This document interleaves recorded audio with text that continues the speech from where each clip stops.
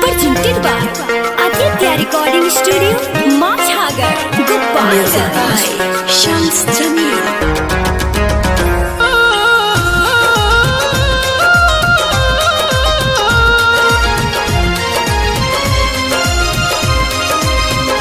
नहीं जात देखेला ना औकात देखेला ई मोहब्बत कैसन बा होला पागल लोग बटे कैसन रोग एको पल रहे होके ना जुदा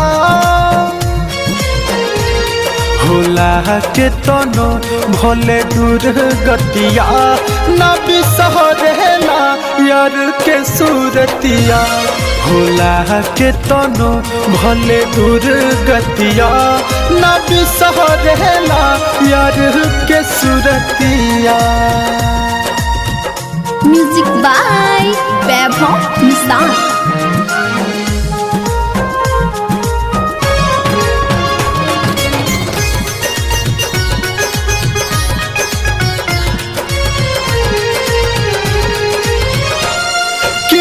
हवा आई एक ही नामवा सुनो हो दिन रात रोटेला चाहे बने जमाना दुश्मन तब हो नहीं पीछा हटेला।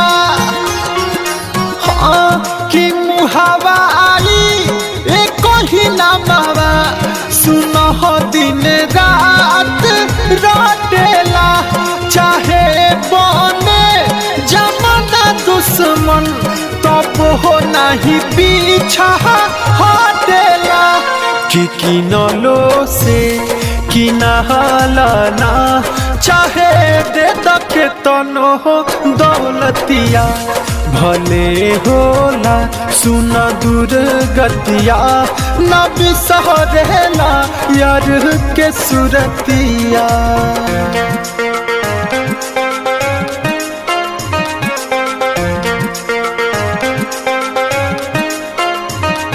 Music by Shams Jamil.